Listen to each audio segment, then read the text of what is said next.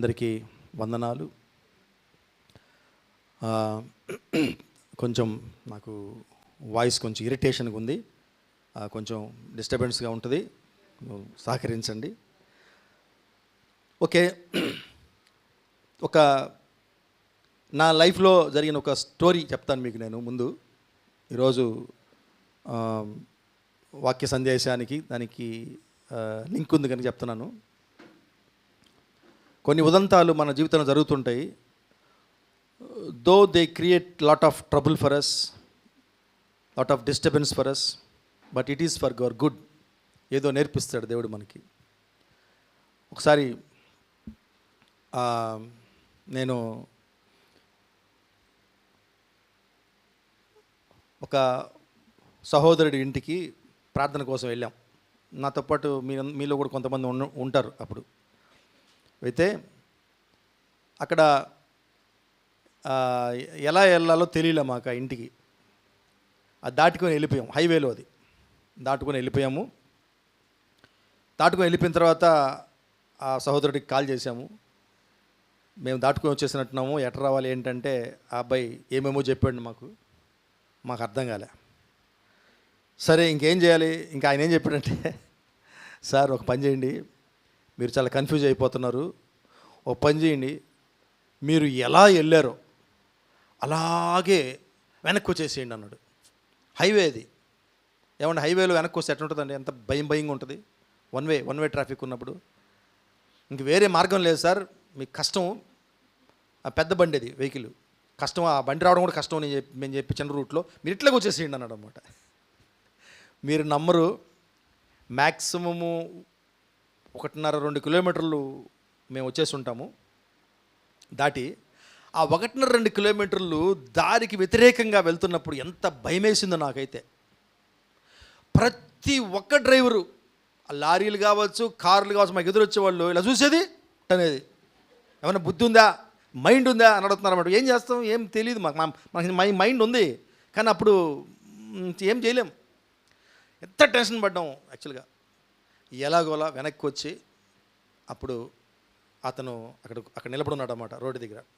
రండి సార్ అని చెప్పేసి లోపలికి తీసుకెళ్ళాడు.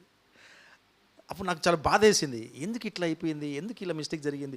ఎంత టైం పడింది తెలుసా? దగ్గర మేము 1 గంట లేట్ అయిపోయాం ఆ మీటింగ్కి.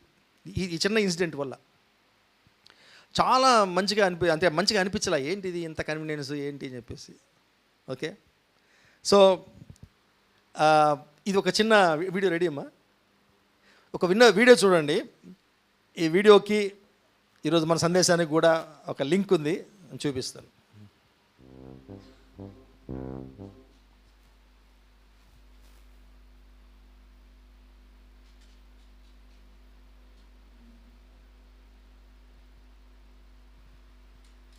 మీరు అంతా చీకటి చేయని అవసరం లేదు, సినిమాల్లాగా ఈ ఒక్క ఏరియా చేస్తే చాలు.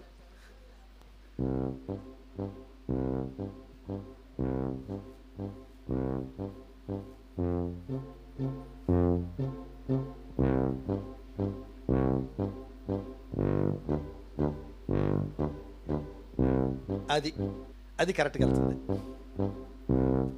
ఒకసారి చూడండి.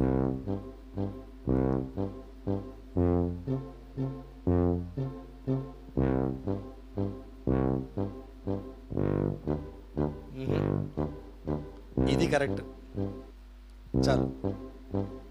చాలా అలసిపోయాం. ఏమర్థమైందండి మీకు? అంటే ఆమె మైండ్లో ఒకటి ఉంది, ఆమె వెళ్ళాల్సిన చోటు గుర్తుంది, అంతే కదా? అది అర్థమవుతుంది మనకు కదా. ఆమె ఎక్కడికి వెళ్ళాలి? పైకి వెళ్ళాలి. అయితే కరెక్ట్ స్టేర్ కేస్ పట్టుకోలే ఆమె ఏది పట్టుకోవాలి? ఏదైతే పైకి వెళ్తుందో అది పట్టుకొని ఉండాలి. ఏం చేసింది ఆమె? కిందకి వచ్చేది ఎక్కి ఎదురెత్తుంది అనమాట. చివరికి ఎవరో ఆమెను గైడ్ చేశారు, అవి వేరే ఎక్కి వెళ్ళింది. అది మోస్ట్ ప్రాబబ్లీ సీసీ ఫుటేజ్ అయి ఉండొచ్చు, లేదా కావాలని అండర్స్టాండింగ్ కోసంగా ఇన్ఫర్మేటివ్ వీడియో లాగా చేసి ఉండొచ్చు. That doesn't matter. అయితే ఆ రోజు మాకు జరిగింది కూడా అదే. మాకు వెళ్ళాల్సిన గమ్యం మాకు తెలుసు, సహోదరుడి ఇంటికి వెళ్ళాలా. అయితే ఎందుకు మేము ట్రబుల్ పడుతున్నాము, ఎందుకు అంత టెన్షన్ పడ్డాము అంటే వెళ్ళాల్సిన దారిలో వెళ్ళట్లా. కాబట్టి మనకి ఈరోజు దేవుడు కొన్ని విషయాలు నేర్పించబోతున్నారు. అంటే ఈరోజు హెడ్డింగ్ ఏంటో తెలుసా? సరైన గమ్యం సరికాని మార్గంలో. గమ్యం కరెక్టే, మన గోల్ మనకు తెలుసు, మనం ఎక్కడికి వెళ్ళాలో మనకు తెలుసు, కానీ వెళ్ళే ఆ మార్గము సరైనది కాదు. సరైన పద్ధతిలో దాంట్లో మనము వెళ్ళాల్సిన విధంగా మనము వెళ్ళాలట్లా. నేను ఇటువంటి తెంగర పనులు చాలా చేస్తున్నా, తెలిసి చేయలేండి, తెలియక చేస్తాము. తర్వాత ఒక విధంగా ఏంటంటే నాకు అన్నీ తెలుసు అనే కూడా ఉంటుంది మైండ్లో, మనకి సబ్కాన్షియస్లో ఎక్కడో ఉంటుంది, ఐ నో ఎవ్రీథింగ్ యార్, ఏంటి ఊరుకోటిని అడిగేది అని. ఒకసారి నేను ఇక్కడి నుంచి అప్పుడు నేను ఎయిర్ ఫోర్స్లో ఉన్నాను, 2-3 ట్రైన్లు మారి వెళ్ళేవాడిని. నేను అప్పుడు జోధ్పూర్లో ఉన్నానన్నమాట. జోధ్పూర్కి వెళ్ళాలంటే ఇక్కడి నుంచి జైపూర్కి ఒక ట్రైన్ పట్టుకునేవాడిని, జైపూర్లో ట్రైన్ మారి జోధ్పూర్కి వెళ్ళేవాడిని అనమాట. సరే ఒకరోజు అట్లాగే వెళ్తున్నాను, ఒక ట్రైను అనౌన్స్మెంట్ చేశారు. నాకు ఇప్పటికీ ట్రైన్ పేరు గుర్తుండిపోయింది, మరుధర్ ఎక్స్ప్రెస్. దాని పేరు మరుధర్ ఎక్స్ప్రెస్. అది జోధ్పూర్ టు ఆగ్రా వెళ్తానమాట. ఓకే, దాన్ని అనౌన్స్ చేశారు, ట్రైన్ వచ్చేసింది, నేను ఎక్కేసాను.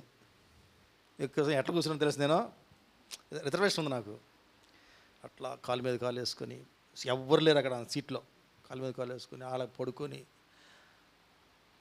ట్రైన్ బయలుదేరింది, వెళ్ళిపోయింది. 1 గంట గడిచిందండి. గంట అలా జాలంగా ఉంది నాకు. అబ్బా ఎంత బాగుంది రెస్ట్ అని.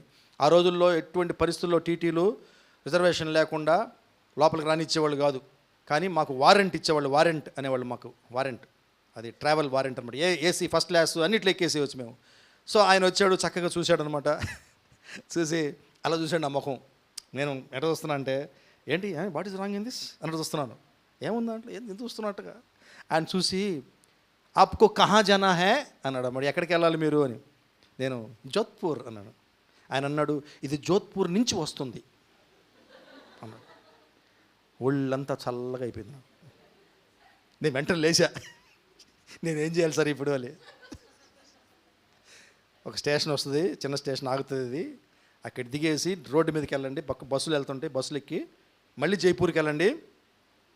అప్పుడు నేను ఆయన అడిగాను, సార్ నేను ఎక్కడ రాంగ్ చేశాను సార్? ట్రైన్ అనౌన్స్మెంట్ చేశారు, నాకు ఉన్న ట్రైన్ టైం ప్రకారం అది వచ్చింది, నేను హెడ్డింగ్ అది ఏమంటుంది అది కూడా చూసుకున్నాను, జోధ్పూర్ ట్రైన్ నెంబర్ చూసుకోవాలా, జోధ్పూర్ అన్నీ చూసుకున్నాను, ఎక్కేసాను సార్ అన్న. అప్పుడు అన్నాడు, అదే జోక్ అంటే, కామెడీ అంటే బాబు, 2 ట్రైన్స్ ఇట్టెళ్ళేది అట్టెళ్ళేది జైపూర్లో ఒక టైంకే వస్తాయంట. అది ఏమన్నా నాకు అర్థం కాల. మీరు గమనించుండరు, ఆ పక్క ప్లాట్ఫామ్ మీద వచ్చింది మీ ట్రైన్, యాక్చువల్గా మీరు అది పేరు చూసి ఎక్కేసారు అన్నమాట. ఓకే, అంటే నేను వెళ్ళాల్సిన గమ్యం నాకు తెలుసా, మా ఊరు జోధ్పూర్ కదా, నేను వెళ్ళాల్సిన ట్రైన్లో ఎక్కల. ఓకే, అలా చూడండి, తింగర పనులు మనకు తెలియకుండా చేస్తాం. ఒకసారి చెన్నై నుంచి వస్తున్నాను, 5:30కి ట్రైను సెంట్రల్లో వచ్చేసి, మంచి నిద్రలో ఉన్నాను, నైట్ డ్యూటీ చేశాను అనమాట, ఎయిర్ ఫోర్స్లోనే చేశాను. నేను రైల్వే స్టేషన్కి రాగానే ట్రైన్ ఉంది, 5:30కి ఎవరో చెప్పారు 5:30 ట్రైన్ బయలుదేరుతుందని. చూశాను, 5:30 అయింది, అదే ట్రైను. ఓకే, ఎవరిని అడగలేదు, ఎక్కేసాను. నిద్ర కదా, పైన ఇదేసేసి పడుకున్నా. బండి ఊగుతూ ఉంది, గంట తర్వాత వచ్చేస్తుంది సూళ్ళూరుపేట ఉద్దేశంతో. గంట తర్వాత లేచి చూశాను అనమాట, సూళ్ళూరుపేట వస్తూ ఉంది, కానీ వీడు ఏమంటారు ఆపే మూడ్లో లేడు. నేను వీడు సడన్ బ్రేకులు కొడతాడా ఏంటి అనుకున్నా, ఆగలేదు. టీ టీ టీ అని వచ్చాడు టీ ఆయన. నేను, బాబు సూళ్ళూరుపేటలో ఆగదా అండి? ఇది ఆగదు సార్ అన్నాడు.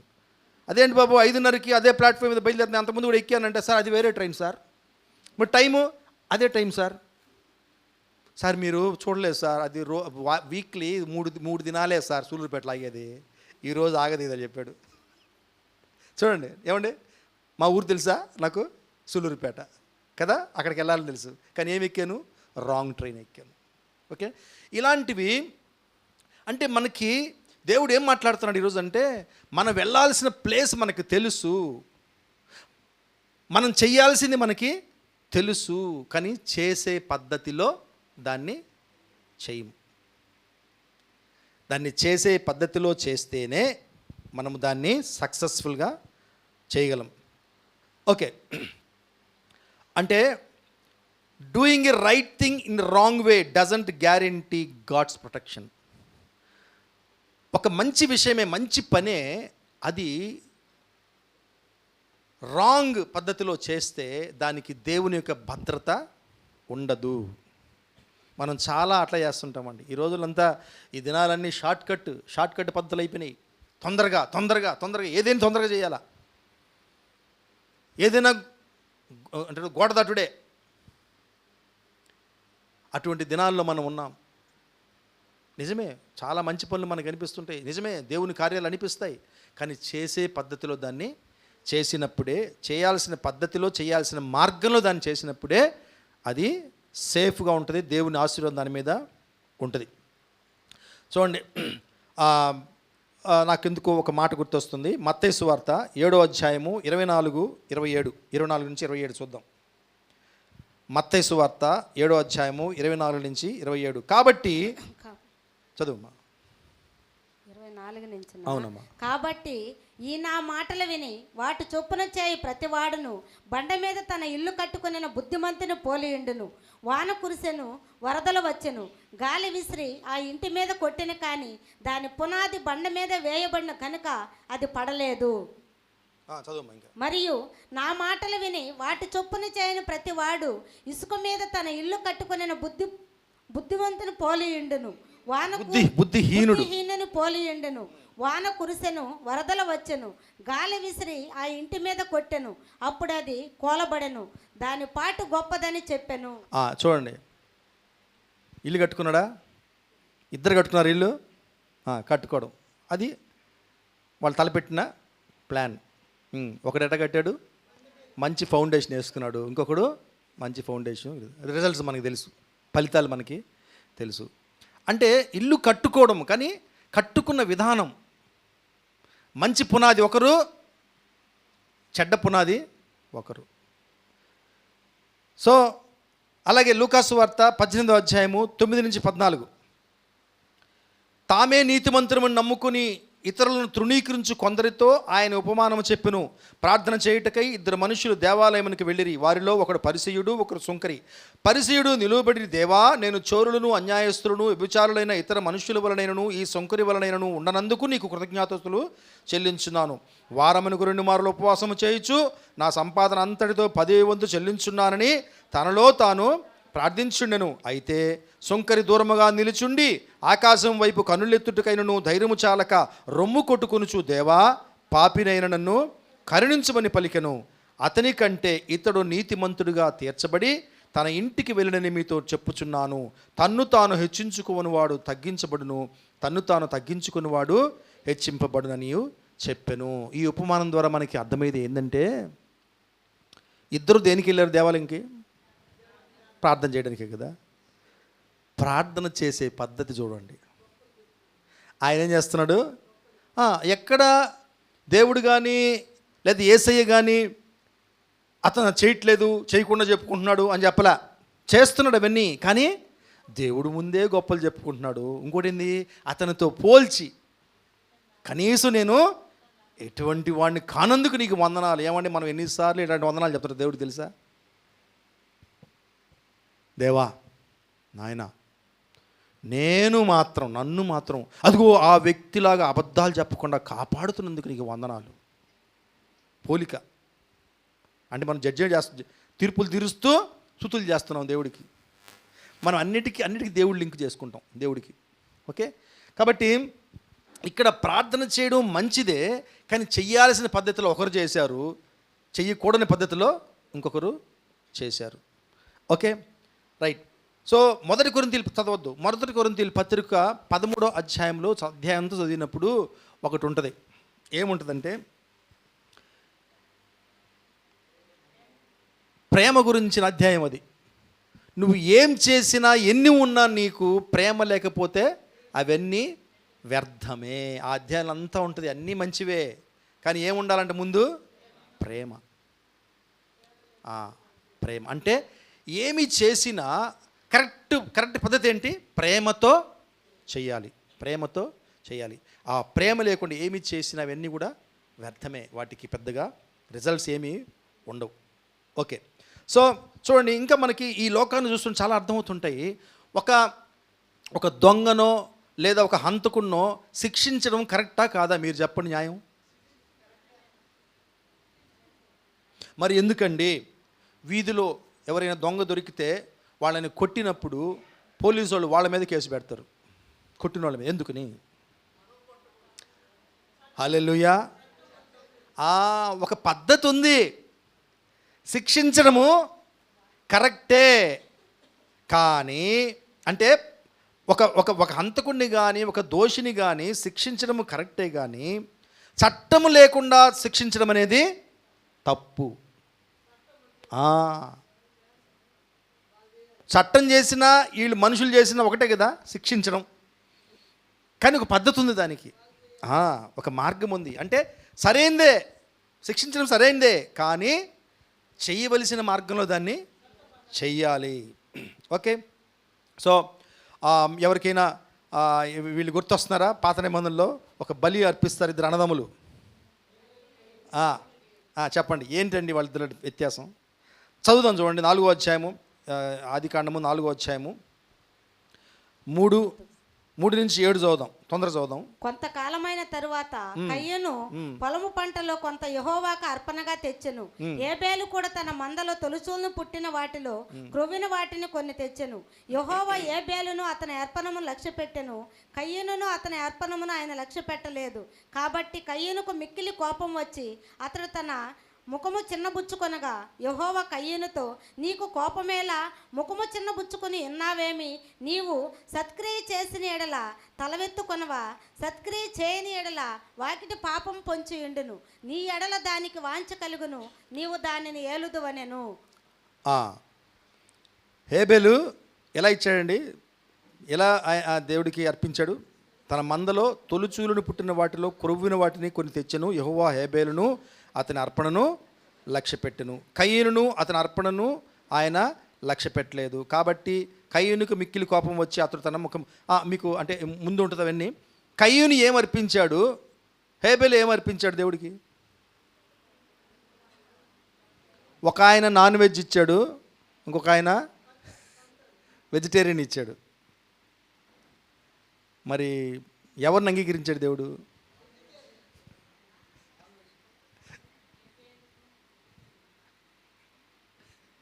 చెప్పండి, కారణం చెప్పండి. ఎందుకు హేబేల్ని నిరాకరించాడు? హేబేలు అర్పణని ఆయన రిజెక్ట్ చేశాడు, యాక్సెప్ట్ చేశాడు. కయీన్ అర్పణని రిజెక్ట్ చేశాడు. ఎందుకు కారణం చెప్పండి? అంటే కయీను కూడా నాన్ వెజ్ పెట్టుంటే దేవుడికి, మరి కారణం ఏంటి? Praise the lord. లాస్ట్ వాక్యంలో చదివాను చూడండి, మనం లాస్ట్ వాక్యం చూడండి. నీవు సత్క్రియ చేసిన ఎడల అదే తలనెత్తుకొనవా? సత్క్రియ చేయని ఎడల వాకిట పాపం పొంచి ఉండును. నీ ఎడల దానికి వాంఛ కలుగును, నీవు దానిని ఏలుదువని. నీవు సత్క్రియ చేసిన ఎడల తల ఎత్తుకొనవా అంటే క్రియలు బాగలేవు. ఏమని ఇప్పుడు చెప్పండి? బలియాగము ఇవ్వడం మంచిదేనా దేవుడికి? మనము దేవుడికి ఇవ్వడం మంచిదేనా? అర్పించడం మంచిదేనా? అయితే దాని వెనుక ఏముండాలి? మంచి మనస్సాక్షి ఉండాలి. చాలామంది, నేను అనుకునేవాడిని మొన్న చాలా సంవత్సరాల వరకు నాకు తెలియదు ఈ విషయం. అంటే దేవుడు అంటే గొర్రెని బలిస్తేనే యాక్సెప్ట్ చేస్తాడు, దాన్ని గొర్రెని బలిస్తేనే తీసుకుంటాడా అనుకునేవాడిని అనమాట. అంటే యేసుప్రభుని ఊహించుకొని ఆయన కూడా బలియాగం అయ్యాడు కదా, కాబట్టి బలులు కోరుకుంటాడు దేవుడు అనుకునేవాడిని అనమాట. కాదు, ఇది రీజను. సత్క్రియలు కయ్యన్ లైఫ్లో లేవు. ఈ దేవుని వాక్యం చెప్తుంది. ఓకే, సో ఇంకొక ఎగ్జాంపుల్ చూడొచ్చు మనము బైబిల్లో. 1 దినవృత్తాంతాలు 13వ అధ్యాయము 7వ వచనంలో ఉంటుంది. నేను జస్ట్ ఎక్స్ప్లెయిన్ చేస్తానండి, మీరు తర్వాత చదువుకోండి. ఇక్కడ కూడా మందసాన్ని, దావీదు అండ్ పార్టీ మందసాన్ని తీసుకుని తన పట్టణానికి వస్తున్నారు. ఓకే, ఈ మందసాన్ని తీసుకొస్తున్నప్పుడు ఒకసారి దేవుడికి కోపం వచ్చింది, ప్రోగ్రాం ఆగిపోయింది. ఇంకొకసారి దాన్ని పర్మిట్ చేశాడు, సంతోషించాడు. డిఫరెన్స్ ఏంది? మొదట ఏం చేశారు వీళ్ళు, తర్వాత ఏం చేశారు? పద్ధతి. పద్ధతి ఏమంటే దేవుడు ఆచార వ్యవహారాలకి ప్రాముఖ్యత ఇచ్చే దేవుడు కాకపోయినా ఆయన చెప్పిన విధానంలో ఒక పనిని మనము చెయ్యాలి. ఊరికే చేయండి చేయండి అంటే ఏదంటే అది ఎట్టంటే అటు చేస్తే ఒప్పుకోడు దేవుడు. ఎలా చెప్తే అలా చేస్తాడు. మొదట ఎంత తప్పు చేసింది ఏంటి వీళ్ళు? బండి కట్టి దానికి ఎడ్ల బండి కట్టి దాన్ని ఊరేగిస్తూ తీసుకొచ్చారు. ఏమన్నా తప్పేమైనా ఉందా? మనిషి మైండ్కి మనకేమనిపిస్తుంది? ఏముంది పాపం, మనుషులకు కూడా నొప్పి కలిగించకుండా ఎద్దుల బండి మీద పెట్టి దాన్ని తీసుకొచ్చాడు, తప్పేముంది అనుకుంటాం, కానీ తప్పే. దానిని యాజకులు మాత్రమే, పర్టికులర్ పీపుల్ మాత్రమే దానికి ఎవరినైతే వాళ్ళని నిర్మించారో అంటే నియమించారో వాళ్ళు మాత్రమే దాన్ని భుజాల మీద పెట్టుకుని మోసుకుని తీసుకురావాలి. మన దావీదు కొంచెం ఎక్స్ట్రా చేశాడు. రాజు కదా, నడిపించుకొని తీసుకొస్తే విలువే ఉంటుంది రాజుకి, నేను అనుకుంటున్నాను. అలా ఆలోచించండొచ్చు. మనం రాజు అయ్యాం కదా, ఇప్పుడు ప్రజలకు కూడా మనము చూపించాలి దేవుణ్ణి ఎంత గౌరవిస్తున్నాను నేను అని చెప్పేసి. నీ గౌరవాలు తెలంగాణ చెప్పాలంటే అంతా వస్తుందే, అయ్యేం క్యారీ చేయనా. మన గౌరవాలు కాదండి దేవుడు పెద్ద పట్టించుకోడు. ఆయన చెప్పిన పద్ధతిలో ఆయన గౌరవించాలి. అప్పుడంతా ఏం జరిగిందో మీకు తెలుసు. ఒక వ్యక్తి చనిపోయాడు కూడా. అయితే తిరిగి ఎప్పుడైతే వీళ్ళు దావీదు డిస్కషన్ చేసి ఎక్కడ తప్పు జరిగింది ఏంటి అని ఒక సర్వే పెట్టి మరి ఈ యొక్క బైబిల్ని పరిశీలించి ధర్మశాస్త్రాన్ని చూసి ఓకే ఇది జరిగిన పొరపాటు అని సవరించుకొని దేవుడు చెప్పిన పద్ధతిలో వాళ్ళ భుజం మీద పెట్టుకుని తీసుకొచ్చినప్పుడు అన్నీ సక్రమంగా సవ్యంగా దేవుడు నా మహిమార్థమై జరిగింది. ఇట్ ప్లీజ్డ్ ద లార్డ్, దేవుడిని దాన్ని సంతోషపెట్టారు. Praise God. అంటే మందసాన్ని తీసుకురావడం అనేది దేవుని చిత్తమే, దేవుని ప్లాన్లో ఉంది. కానీ తీసుకొచ్చే పద్ధతి, చేయాల్సిన పద్ధతి. ఓకే, సో ఇప్పుడు డే టు డే మన లైఫ్లో జరిగే వాటి గురించి కొంచెంసేపు మాట్లాడుకుందాం. మనం నేను ఎవరిని పాయింట్అవుట్ చేయడం లేదండి, అందరము చేస్తుంటాం ఇలాంటి మిస్టేక్స్. ఒక ఉద్యోగమే ఉంది, తెలిసింది మనకి పలానా చోటకు వేకెన్సీ ఉంది,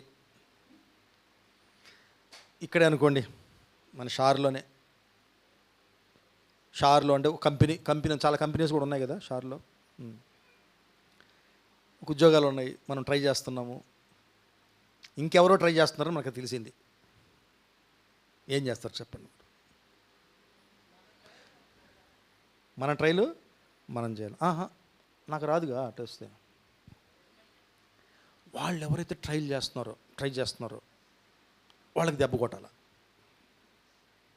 I'm not talking about unbelievers, అవిశ్వాసుల గురించి మాట్లాడాలి నేను. విశ్వాసులే మనమే చేస్తాం, అది ప్రార్థన కూడా చేస్తాం. ప్రభువా అది నాకే రావాలి, వాళ్ళకి రాకూడదు. మళ్ళీ కూడా అయ్యా ఆ బిడ్డకి ఆస్తులు ఉన్నాయి నాయన, వేరే ఉద్యోగాలు వచ్చే అవకాశం కూడా ఉంది ప్రభువా, నాకే తెమ్ము నాయన. మీరేం ఫీల్ అవ్వద్దు, అలాంటి ప్రార్థన చేస్తున్నాను, నేను కూడా చేస్తుంటే అప్పుడప్పుడు. అందుకే దేవుడి హృదయంతో మాట్లాడుతున్నాడు. చేయి, కానీ చేసే పద్ధతిలో. నీకు అవసరం ఉంది తెలుసు, కానీ అవసరాన్ని సాధించే పద్ధతి ఒకటి ఉంది. ఆ పద్ధతిలో నువ్వు వెళ్తే దేవుడు దాన్ని అంగీకరిస్తాడు, నీ అవసరతల్ని తీరుస్తాడు. ఒకసారి నేను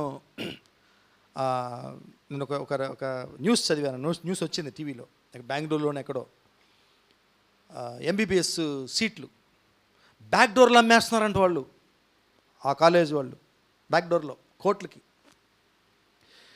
ఎంత కష్టపడి ఎంత శ్రమ కోర్చి ఎన్నిసార్లు ప్రిపేర్ అయ్యి బిడ్డలు ప్రిపేర్ అయి ఉంటారండి ఎంబీబీఎస్ సీట్ కోసంగా. కానీ అక్కడ ఏం జరుగుతుంది? బ్యాక్ డోర్లో అమ్మేస్తున్నారు కోట్లు. అది పద్ధతి కాదు.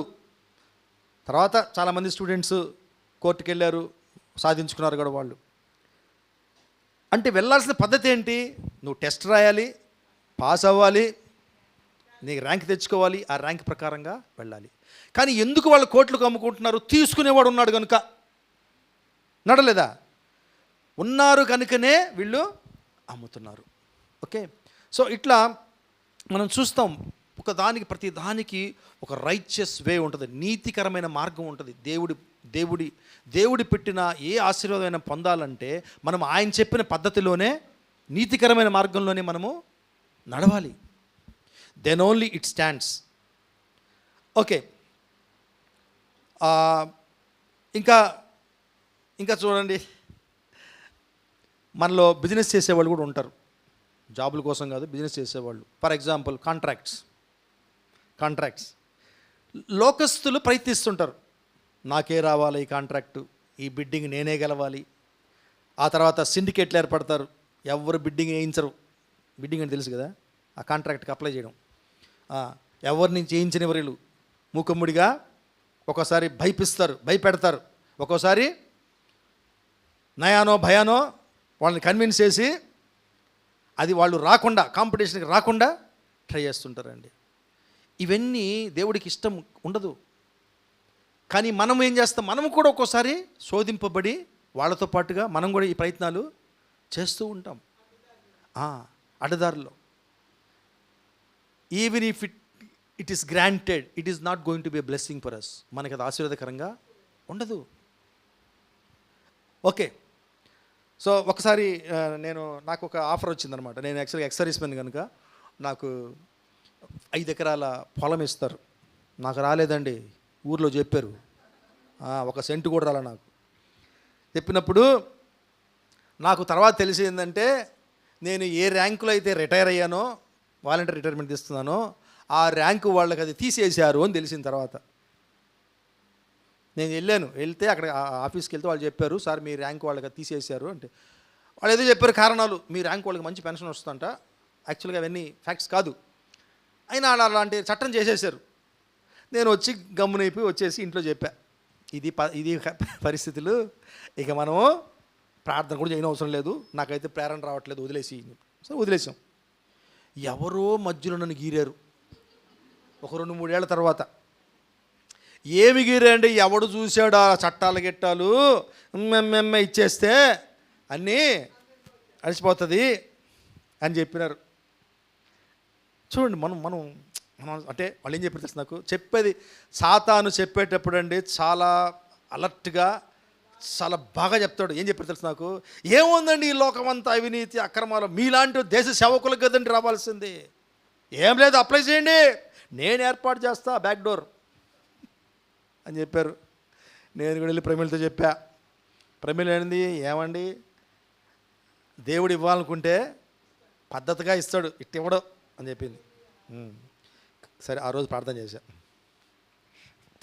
నాకు ఎలా అనిపించింది దేవుడికి పెట్టి, దేవుడు ఇట్టన్నట్టు అనిపించింది నాకు. చేసావో అని అయిపోయి తర్వాత వాళ్ళు ఫోన్ చేసి అడిగారు నన్ను, ఏం సార్ వస్తారా పోదాము రెవెన్యూ ఆఫీస్కి అని. వద్దు సార్ అని చెప్పా. ఎందుకు సార్ అన్నాడు. వద్దులేండి సార్, నాకు ఎందుకు మనస్కరించట్లేదు సార్. అంతటితో ఫినిష్. ఏమో నాకు ఎంత సమాధానం వచ్చింది తెలుసా? లేకపోతే నిజంగా వచ్చేసి ఉండేది ఇప్పటికి. కానీ ఈ రోజు కూడా టెన్షన్తో బతికుండేవాడిని. ఎవరు దాన్ని బయటపడతారా, దాన్ని బయట పెడతారా, ఇది నాకు ఆశీర్వాదకరమా లేదా అని ఒక విధమైన టెన్షన్తో బతికుండేవాడినేమో. తేడా పోయింది. Praise the Lord. అటువంటి వస్తుంటాయి మనకి లైఫ్లో. మన లైఫ్లో వచ్చినప్పుడు మనము దేవుడిని అడగాలండి. మన దేవుడు అంతా స్ట్రైట్ ఫార్వర్డ్. ఆ డొంకలు అడ్డదారులు ఏమున్నాడు చేస్తే ఆయన చేస్తాడు, అది కూడా రాయల్గా. Praise the Lord. హల్లెలూయా.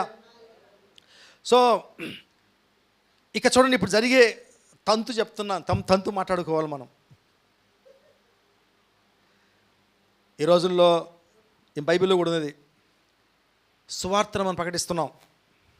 సువార్త నాకెందుకు కొన్ని నచ్చలేదు, అందుకనే నేను చేయాలనుకోవట్లేదు. మరి సంఘంలో మీరు కూడా చేయకూడదు అనుకుంటున్నాను. సువార్తను మనం ప్రకటించేటప్పుడు ఎలా ప్రకటించాలంటే అండి, సువార్త ప్రకటించడం దేవుని చిత్తమా కాదా? సువార్తను ప్రకటించేటప్పుడు వీళ్ళు మా సంఘానికి రావాలా? నేను గ్రౌండ్లో మీటింగ్ పెడితే అక్కడికి వచ్చి రక్షించబడిన వాళ్ళు ఖచ్చితంగా సంకీర్తనానికి రావాలా? మా బిడ్డ. కొంతమంది నా ఆత్మ, కొంతమంది చెప్తారు సేవకులు నా ఆత్మ, నా ఆత్మ. ఏంది నీ ఆత్మ? నీ ఆత్మ నీ దగ్గరే ఉంది, ఆ ఆత్మ దేవుడిది.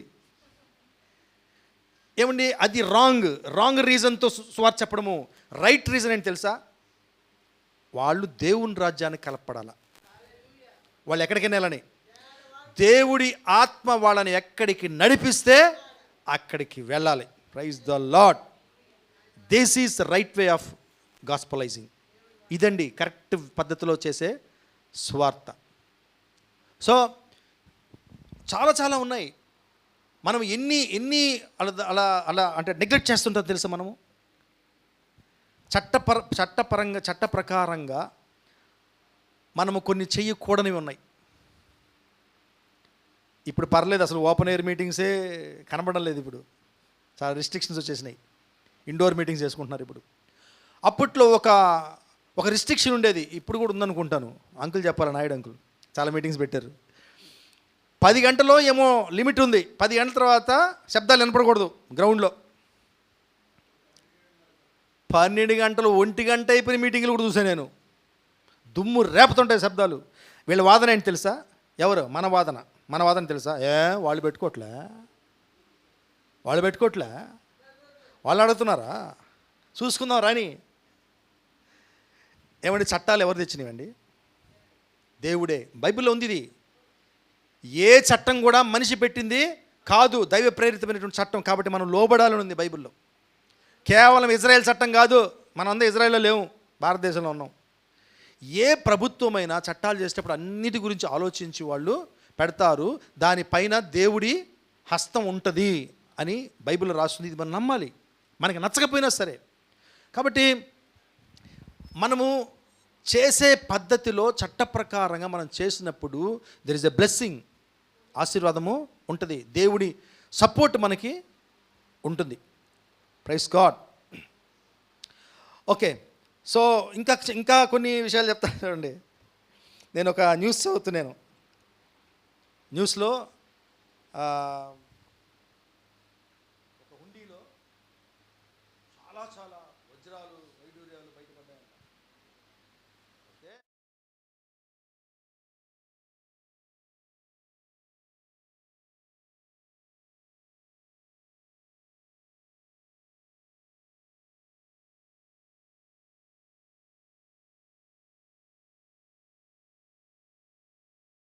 మనలోకి రాకూడదు.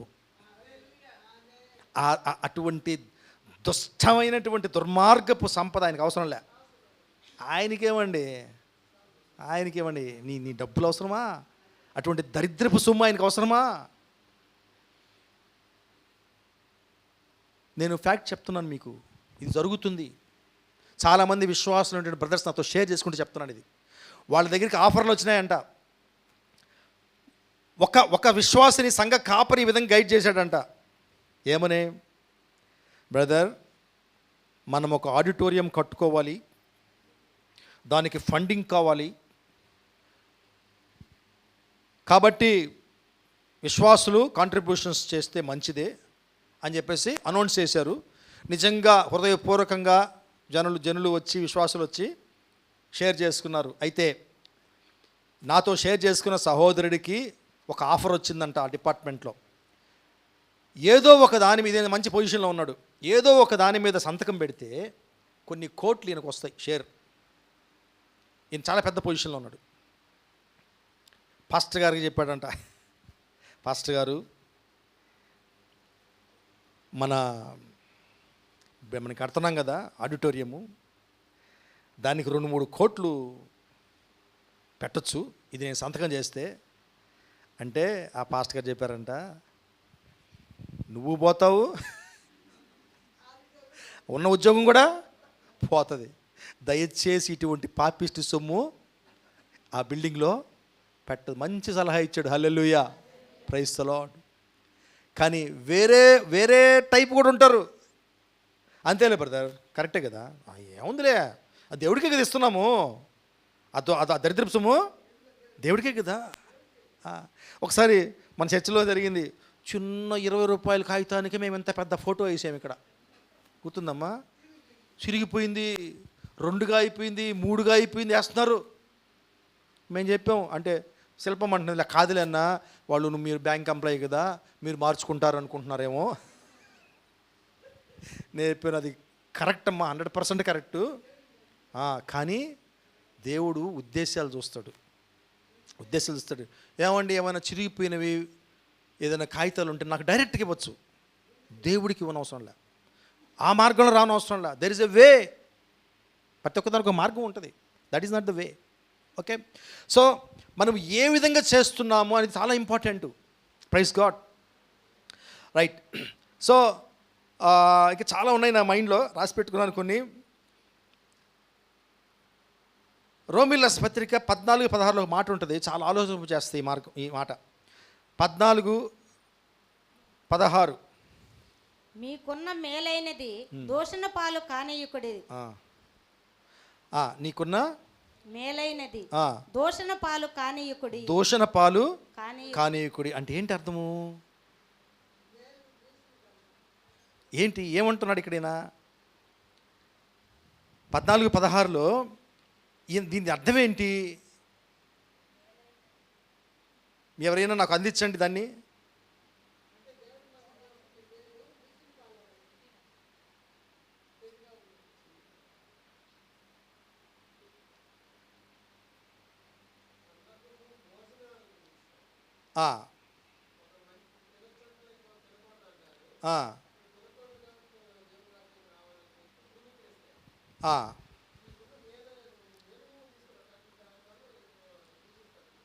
అంటే నువ్వు చేసే ఒక మంచి పని ఎందుకు అది చెడ్డగా చెప్పబడాలి అని ప్రశ్నిస్తున్నాడు.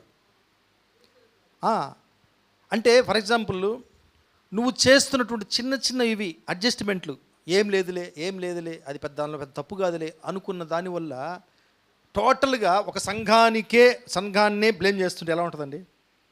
వాళ్ళు ఇంతే, వాళ్ళు అంతే, వీళ్ళు ఇంతే, ఇలా చేస్తారు, అలా చేస్తారు.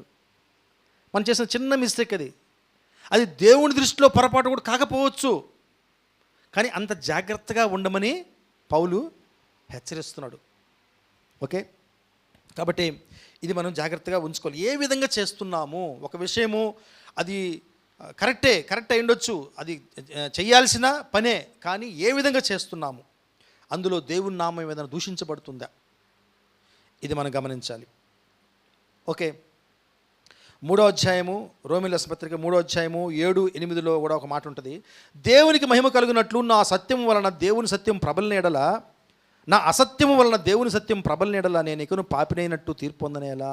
అంటే ఈ 2 వాక్యాలు, మేలు కలుగుటకు కీడు చేయుదమని మేము చెప్పుచున్నామని కొందరు మమ్మల్ని దూషించి చెప్పు ప్రకారం మేము ఎందుకు చెప్పరాదు, అట్టి వారికి కలుగు శిక్షావిధి న్యాయమే. అంటే దేవుడు సత్యాన్ని ప్రకటించడానికి నేను అసత్యాన్ని వాడుకోవాలనా? మీరు చెప్పండి, అవసరమా? ఇప్పుడు ఫర్ ఎగ్జాంపుల్,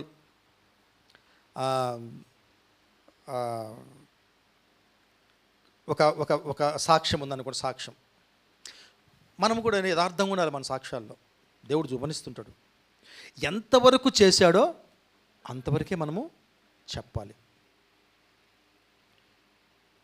కొంతమంది సేవకులు చెప్తుంటారు,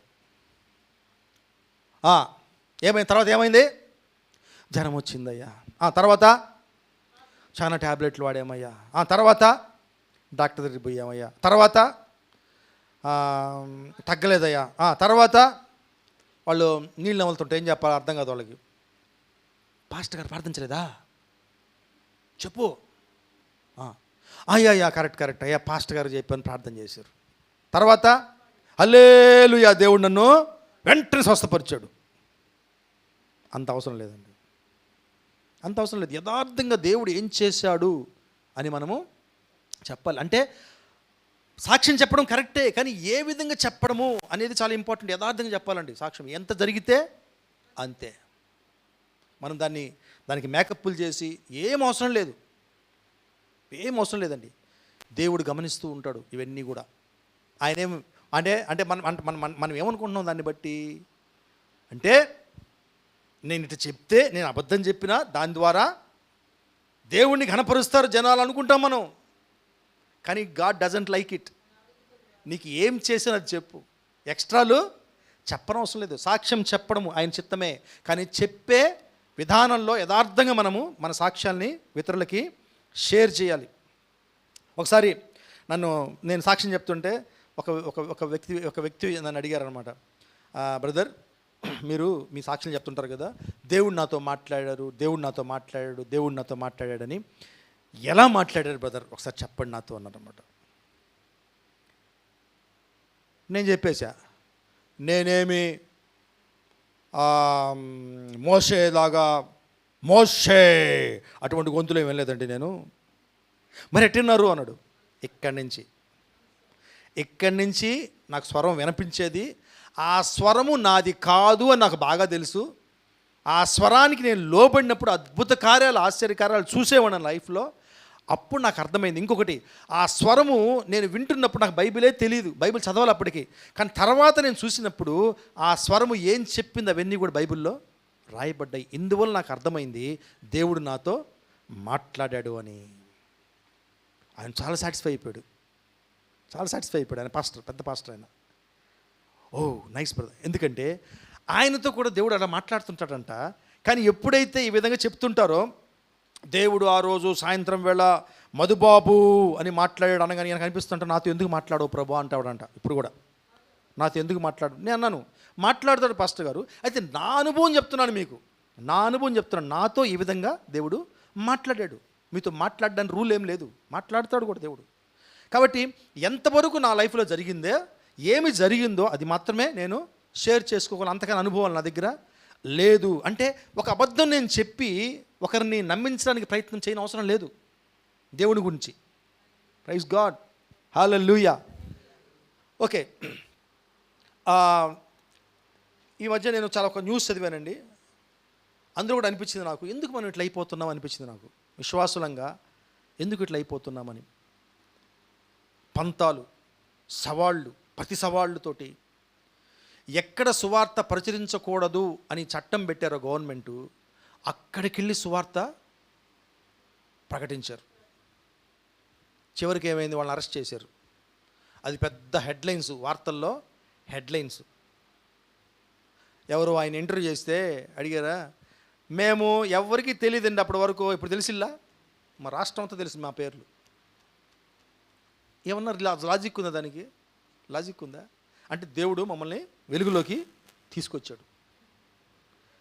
చట్ట వ్యతిరేకమైనటువంటివి చేస్తూ, చట్ట వ్యతిరేకమైన మార్గాల్లో దేవుణ్ణి ప్రకటించి దేవుడికి మహిమ తీసుకొస్తాము మొత్త అబద్ధమేది.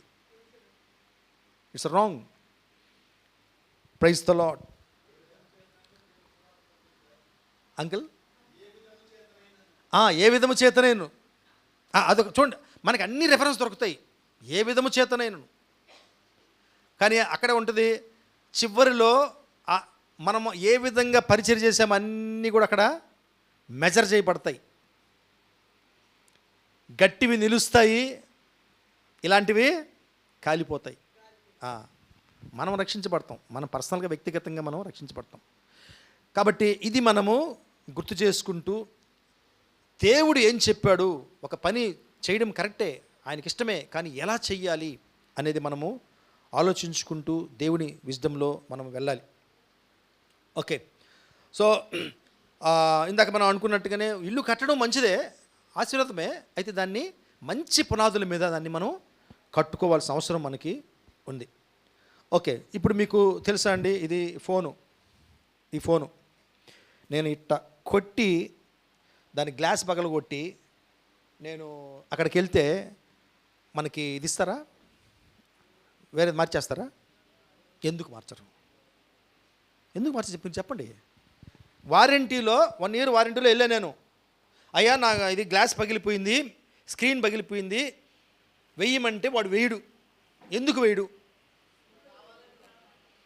అంటే వాడు టర్మ్స్లో రాసుంటాడు, కండిషన్స్లో రాసుంటాడు, ఫలాని విధంగా పగిలిపోతేనే మేము రీప్లేస్ చేస్తాం. మీరు చూడండి, ఏ ఐటమ్ కొన్నా వారంటీ ఉంటుంది. ఆ వారంటీ కండిషన్స్ చూడండి, ఆ కండిషన్స్లో రాసి ఉంటాడు. ఎట్టంటే అట్ట వాడితే దానికి ఏమైనా డ్యామేజ్ జరిగితే కంపెనీ దానికి బాధ్యత లేదు, మీరు డబ్బులు పెట్టుకోవాల్సిందే. ఒకసారి నేను కొత్త ఫోన్ కొని 4 రోజులకే ఏదో పెద్ద డ్రిల్లింగ్ మిషన్ పడింది దాని మీద. టెస్ట్ చేస్తుంటే మీకు చాలాసార్లు చెప్పాను, పగిలిపోయింది. అది పగిలిపోయింది. 20,000 ఖర్చు పెట్టి దానికి స్క్రీన్ వేయించా. 20,000, 4 రోజులు కొత్తది, 4 days కొత్తది ఫోన్. ఎందుకంటే వాడు ఇవ్వనన్నాడు, వాడు తెలిసిపోయింది చూడగానే. సో అలాగే ప్రాపర్ వేలోనే, సరైన పద్ధతిలోనే దేవుని కార్యం మనం చేసినప్పుడు మాత్రమే దేవుని గ్యారంటీ మనతో ఉంటుంది. మనం ఏం చేసిన మన జీవితాలు, మన బ్రతుకులు దీని ప్రకారం ఉన్నంత వరకే దేవుడు సన్నిధి మనతోటి ఉంటుంది. ఇది మనం మర్చిపోకూడదు. ఒక ఒక ఒక ఒక బుక్లో నేను చదివాను, ఇలా ఉంటుంది అది. God's work done in God's plan, in God's way and God's time lacks no resources. ఏదైనా సరే దేవుని వర్క్, దేవుని పని ఆయన ప్రణాళిక ప్రకారం, ఆయన మార్గంలో, ఆయన చెప్పిన పద్ధతిలో, ఆయన సమయం ప్రకారం నువ్వు చేస్తే దానికి ఎటువంటి దానికి ఎటువంటి వనరులు తక్కువ కావు. వనరులు కూడా ఆయన నుంచే వస్తాయి. ఇది మనం బాగా నేర్చుకోవాలండి. అది ఎవరి పని? ఆయన పని. అంటే ఆయన ఇచ్చిన ప్లాన్. తర్వాత ఏ విధంగా చేస్తున్నావు ఆ పని? ఆయన పద్ధతిలో. ఇంకా ఇంకా దేవుని చిత్తాన్ని, దేవుని పద్ధతిలో, దేవుని సమయం, అంటే దేవుని పని, దేవుని చిత్తమైన పని, దేవుని సమయంలో, దేవుడు చెప్పిన పద్ధతులు నువ్వు చేస్తే దానికి కావలసిన వనరులు కూడా దేవుని నుంచే వస్తాయి. సేమ్ మనం చెప్పిన వారంటీలాగే మనం ఏమి చేసినా ఈ విధంగా నువ్వు వెళ్తే, ఫస్ట్ మనం ఏది చేసినా ఇది దేవుడి చిత్తమని అర్థం అవ్వాలి మనకి. అది దేవుని పనే, దేవుని క్రియ, ఇది నేను చెయ్యాలి. అలాగే ఎలా చెయ్యాలి? దేవుడు చెప్పిన ప్రకారము ఆయన పద్ధతిలో దీన్ని చెయ్యాలి. అలాగే ఆయన సమయం ప్రకారం. మీకు తెలుసా, టైమింగ్ చాలా ఇంపార్టెంట్ దేనికైనా. టైమింగ్. మనం జోకులు కూడా ఏ టైంలో ఉంటే ఆ టైం చేస్తే అవి పేలే బదులు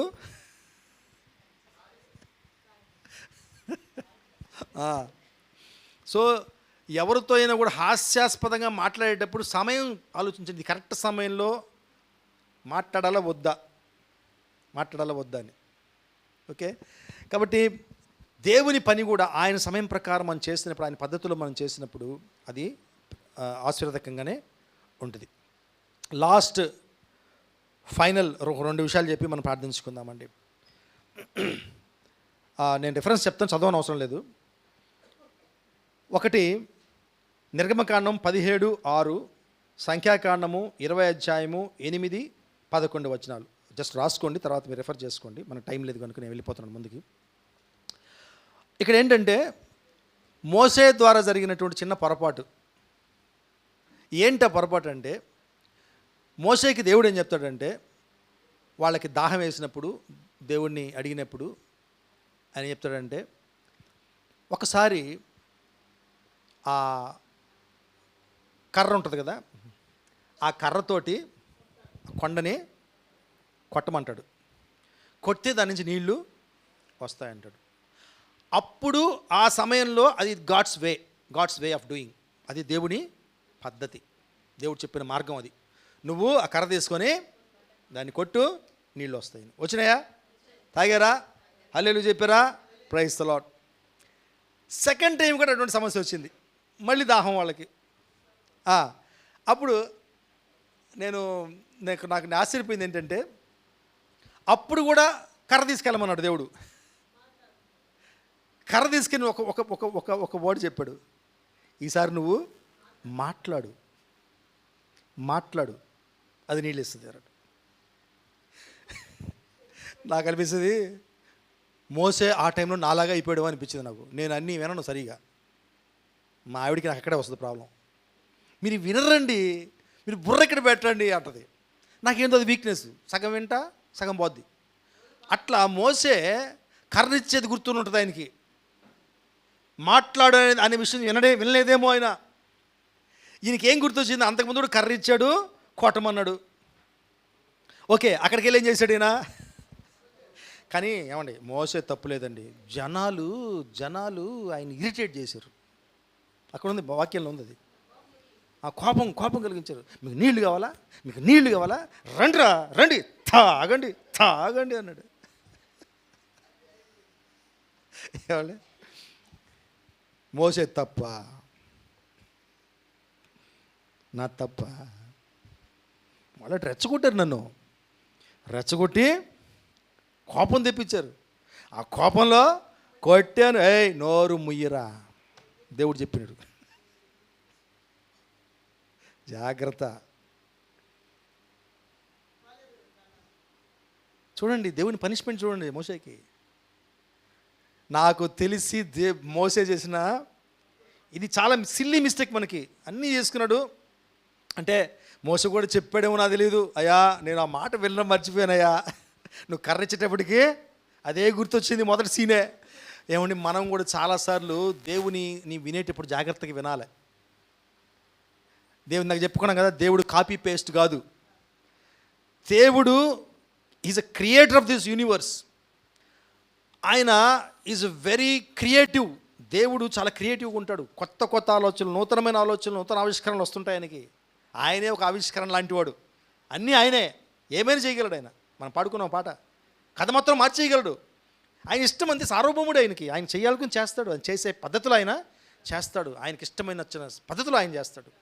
ఆయన ఏం చేసినా పర్ఫెక్ట్. ఓకే, సో ఇక్కడ మోసే చేసినటువంటి పద్ధతి మనం ఆలోచించాలి. అందుకనే దేవుడు దండనకి ఆయన గురయ్యాడు. ఇక్కడ మనం గమనించాలా, అన్నీ సక్సెస్సే. కర్ర తీసుకున్నాడు, దేవుని మాట వినలేదు, దేవుడు చెప్పినట్టు చేయలేదు. నీళ్ళు వచ్చినాయా? నీళ్ళు వచ్చినాయి. దాహం తీరిందా? అన్నీ జరిగినట్టే ఉన్నాయి. ఒక్కటి లోటు ఉండిపోయింది. ఏంటి? చెయ్యాల్సిన పద్ధతిలో చేయలేదు.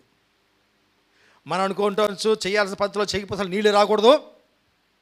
దేవుడు ఇష్టం అండి. We are to question him. ఆయన ప్రశ్న మనం ఎవరు? ఎందుకు ఇచ్చుండొచ్చు? మన కామన్ సెన్స్ ఆలోచన, ఎందుకు ఇచ్చుండొచ్చు నీళ్ళు? వాళ్ళ కోసం ఇచ్చాడు. కాబట్టి మనం పైన జరుగుతున్నవి చూసి మోసపోవద్దు. God is watching us. దేవుడు మనల్ని ప్రతి ఒక్క విషయాన్ని, చిన్న విషయాన్ని, పెద్ద విషయాన్ని గమనిస్తున్నాడు. లెక్క అప్పచెప్పాలండి మనం. నిన్న ఒక మెమోరియల్ ఫంక్షన్కి పోతే అక్కడ కూడా ఈ మాట షేర్ చేసుకోవాల్సి వచ్చింది. మనం లెక్క అప్పచెప్పుకోవాలి. We never know when we will leave this world. ఈ లోకాన్ని ఎప్పుడు వదిలి వెళ్ళిపోతాం మనకు తెలీదు. మనము ఎప్పుడు వెళ్ళినా సరే లెక్క అప్పచెప్పాలి. సో మోసే లెక్క దేవుడు అడిగాడు. మోసేకి రావాల్సిన పనిష్మెంట్ ఆయన ఇచ్చేశాడు. కాబట్టి ఒక విషయాన్ని మనకి దేవుడు మాట్లాడాడు, దేవుడు చూపించాడు, ఈ పని చేయమన్నాడు. ఏ విధంగా చేయమన్నాడు కూడా ఇంపార్టెంట్. అది మనం ఈరోజు మాట్లాడుకుంటున్నాం. There is a way to conduct anything of God's nature. Okay, so ఇంకొక ఎగ్జాంపుల్ ఏంటంటే సౌలు గారు. ఇది మొదటి సమయాలు 13వ అధ్యాయంలో ఉంటుంది, మనందరికీ తెలిసిందే. సౌలు గారు కూడా ఒక అధిక ప్రసంగి పని చేశాడు. ఏంటి ఆ పని? బలి అర్పించేశాడు. ఎవరు బదులు? సమయాలు వచ్చి చేయాల్సినది ఆయనే ఇచ్చేసాడు. పాపం సౌలుది ఏం తప్పు ఉందండి? వెయిట్ చేశాడు. వారం వెయిట్ చేశాడు. వారం తర్వాత వస్తా అన్నాడు సమూయేలు గారు రాలే. ఈయనకి టెన్షన్ అయిపోతుంది. జనాలు తొందర పెట్టేస్తున్నారు, శత్రువులు ముందుకు వచ్చేస్తున్నారు. దేవుని పనే కదా. బలి ఇవ్వడు ఎవరిస్తేనేంటండి? స్తుతి ఆరాధన ఎవరు చేస్తేనేంటండి? ఎవరు చేస్తేనేమి అని సౌలు ఆలోచించాడు. దాని ప్రకారంగా వెళ్ళాడు. ఆయన ఏమైందండి? తన రాజ్యాన్నే పోగొట్టుకున్నాడు, తన కింగ్షిప్నే పోగొట్టుకున్నాడు. ఆలోచించుకుందాం ఈరోజు మనం. కొన్ని విషయాలు ఎలా చేయమంటే అలా మనం చేయాలి. దాన్ని దేవుని చిత్తమేది, దేవుని పనే. అబ్సల్యూట్లీ గమ్యం దేవుడిదే. మనం ఎక్కడికి వెళ్ళాలి, మనం వెళ్ళాల్సిన ప్లేస్ మన అందరికీ బాగా తెలుసు. మనం చేయాల్సిన పని మనందరికీ బాగా తెలుసు. ఇది దేవుని పని అని మనకు బాగా తెలుసు. ఇది దేవుని ప్లానే అని మనకు బాగా తెలుసు. కానీ హౌ వీఆర్ అప్రోచింగ్, ఎలా నువ్వు వెళ్తున్నావు అనేది important. How you are approaching that way. నువ్వు ఏ మార్గంలో వెళ్తున్నావు, ఎలా వెళ్తున్నావు? దేవుడి మార్గంలో వెళ్తున్నావా, నీ ఇష్ట ప్రకారం వెళ్ళిపోతున్నావా? ఏదో ఒక విధంగా అక్కడ చేరిపోతే చాలే, దేవుడిచ్చిన గమ్యమే కదా, చేరిపోతాను అనుకుంటాను. కుదరదు. దెర్ ఇస్ ఎ వే. నేను చాలాసార్లు చెప్తాను, అయిపోయిందండి. చాలామందికి అంటున్నారు అయిపోయింది. ఇప్పుడు అనండి ధైర్యంగా అయిపోయింది, మెసేజ్ అయిపోయింది. నేను ఒక విషయం లాస్ట్లో చెప్తున్నానండి. బాప్తిజం ముందా, మారు మనసు ముందా? అబ్బా ఏం చెప్పారండి, భలే కమ్మగా చెప్పారు. Repent and be baptised. మారు మనసు పొంది బాప్తిస్మం పొందండి. అయితే అంటే బాప్తిస్మం తీసుకునే పద్ధతి అది. బాప్తిస్మం తీసుకోవడం మంచిదా కదా? Yes, it is the commandment of God. దేవుని ఆజ్ఞది మనం శిరసావహించాలి. ఆయనే దాని గుండా వెళ్ళాడు. అయితే దెర్ ఇస్ ఎ వే, పద్ధతి ఉంది. ఏంటి పద్ధతి? నీవు బాప్తిజం తీసుకునే ముందు నీకు నిజమైన మారు మనసు వచ్చి ఉండాలి. కుదరదు పెళ్లి చేసుకుంటాము చేయండి అంటే కుదరదు. నా దగ్గరికి ఎవరు రారు, హల్లెలూయా. ఆ విషయం మాత్రం నేను ఎందుకంటే ముందే చెప్పేశా, కొండ బద్దలు కొట్టినట్టు. పెళ్ళిళ్ళకి బాప్తిస్మాలకు మాత్రం నా దగ్గరికి రావద్దు, నా వల్ల కాదు, నేను ఇవ్వలేను. మీ ఇష్టం, మీరు ఎక్కడ తీసుకుంటారు మీ ఇష్టం. ప్రభు బల్లని నేను ఆటంకపరచలేను, ఎవరు ఆటంకపరచలేరు. అది వాళ్ళ సొంత మనస్సాక్షి.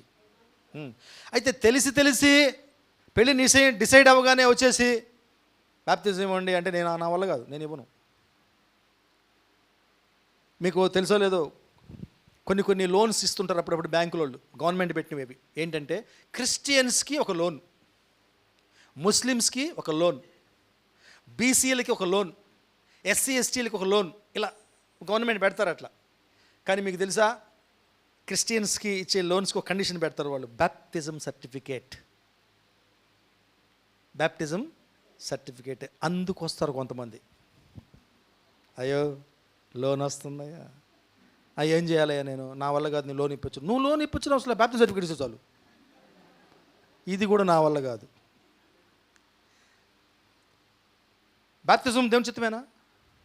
మీరు చెప్పండి. కానీ చేసే పద్ధతి ఉంది. మొట్టమొదట మారు మనసు పొంది దేవుని క్షమాపణ అనుభవించిన తర్వాతనే ఆ ప్రాసెస్ కూడా నువ్వు వెళ్ళాలి. ఏమని ఇలాంటి చాలా ఉన్నాయి. షార్ట్ కట్లు నడవు దేవుని దగ్గర.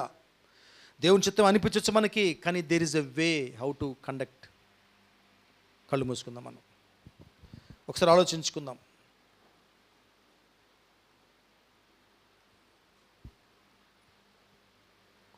ఒకటి రెండు నిమిషాలు మనము మన లైఫ్ను ఆలోచించుకుందాం. ఎక్కడైనా మనము చేయాల్సిన పద్ధతి అవలంబిస్తున్నాం. ఏమండి, చట్టాలు మంచివే. మన డిపార్ట్మెంట్స్లో మనం పనిచేసే దగ్గర వాళ్ళు లే డౌన్ చేసినటువంటి కొన్ని rules, regulations, they are good. We cannot deny them. చట్ట ప్రకారం వెళ్ళమని బైబిల్ కూడా చెప్తుంది. ఎక్సెప్ట్ కొన్ని తప్ప. ఆలోచించుకుందాం. ఎక్కడైనా మనము పొరపాట్లు చేస్తున్నామా? నువ్వు చేసే ఒక మంచి పని,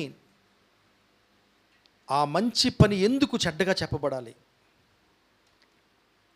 నువ్వు చేసే ఒక మంచి సహాయం, నువ్వు చేసే ఒక మంచి పరిచర్య ఎందుకు చెడ్డగా చెప్పబడాలి? ఎందుకంటే నువ్వు చేసే పద్ధతి వల్ల అటువంటి చెడ్డ పేరు వస్తుందేమో. ఆ పద్ధతి దేవుడు చెప్పాడా? దేవుడు చెప్పిన పద్ధతిలోనే మనము చేస్తున్నామా? గమ్యం సరైంది కావచ్చు, కానీ మార్గం సరి లేకపోతే, దాన్ని చేరుకునే మార్గం సరిగా లేకపోతే దేవుడికి మహిమ ఉండదు. దేవుని రక్షణ కూడా, ఆ గ్యారెంటీ కూడా మన జీవితాల్లో ఉండదు. ఈ సమయంలో మనం మనల్ని పరీక్షించుకుందాం. దేవా, ఎక్కడైనా నేను ఆ విధంగా ఉంటున్నానా? నీ చిత్తమైన పనిని, నీ చిత్తమైనటువంటి గురిని, గమ్యాల్ని, నువ్వు నాకు ఇచ్చిన గమ్యాన్ని చేరుకోవడానికి నేను అడ్డదారులు తొక్కుతున్నానా? సరైన మార్గంలో వెళ్తున్నానా? Let your name be glorified. నీ మహిమని చాటుకోండి ప్రభువా, నీ మహిమని చాటుకోండి. పరిశుద్ధుడా గొప్ప దేవా, నేను నీకు వందనాలు, నీకు స్తుతులు, స్తోత్రాలు. Thank you so much for this wonderful day. తండ్రి, మీరు చూపించిన కృపను బట్టి నీకు వందనాలు. మాతో మాట్లాడిన, మాకు గుర్తు చేసిన కొన్ని విషయాలను బట్టి నీకు వందనాలు, నీకు స్తుతులు, స్తోత్రాలు.